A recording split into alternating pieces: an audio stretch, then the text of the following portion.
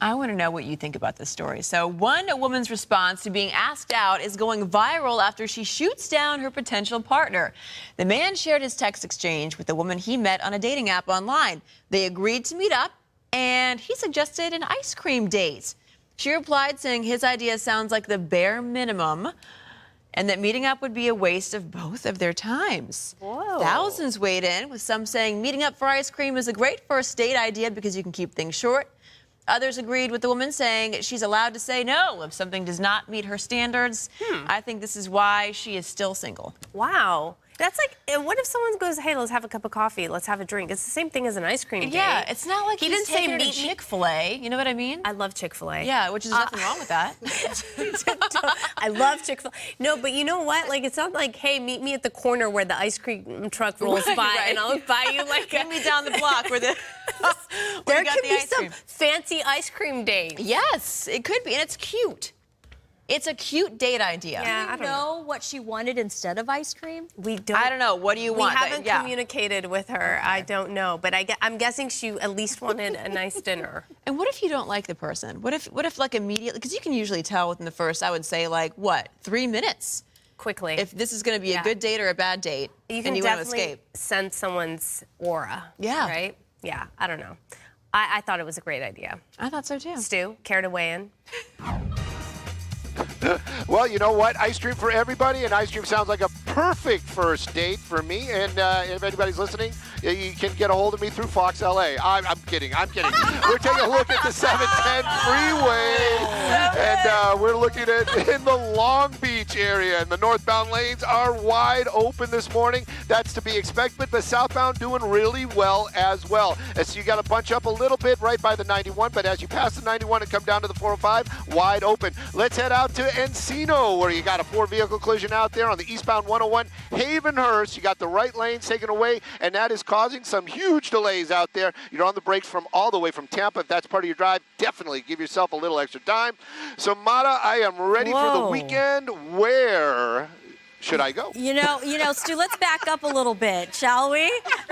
Let's back it up again.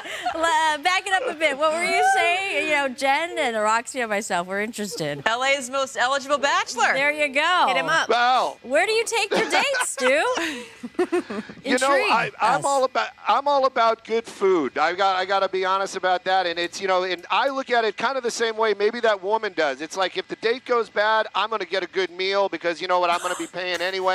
So I want to go someplace nice, have a good time, you know, and if it goes south, we shake hands and, you know, see you later, bye. But, you know, but if it not, more good food is in the future, I'm sure. There you go. At least you're not hungry. You know, Yeah, very you're not practical. There you go. Ladies, if you want a good meal, Stu is where it's at. Yep. He likes the barbecue, by the way. Yes, he does. Oh, yes. Yes. Barbecue's definitely one of my favorites. Just went to a really great place called Harold and Bell's over Harold and Bell's over the weekend on Jefferson, and it's Cajun food. Ooh. Amazing. Extra spicy. Amazing. Oh yeah. Definitely extra spicy that's sure. That's where Stu's taking his next date. That's where it's at. Good morning, everyone. Weather conditions for you today. We're going to help ease you into the rest of the afternoon. A nice, beautiful start. You can see the sun's already out, and temperature's not so bad, but it's the later afternoon that we're going to really feel the heat once again. Yes, it's going to be a hot day, and getting into the weekend, it's going to get hotter. Taking a look at our satellite radar right now, you can see mostly clear skies, but you can see here a hint of upper level clouds, a little bit of moisture streaming through the area. These clouds are going to increase in the weekend. We'll call it partly cloudy in some spots. The high level moisture could bring in some instability for our deserts and our mountain communities getting into late this weekend and even into the early part of the next work week. It's all courtesy of this area of high pressure, kind of centered around the four corners. The wraparound flow, that clockwise rotation in the atmosphere is tapping into some tropical moisture, and it slightly brings it into Southern California. We're in that western periphery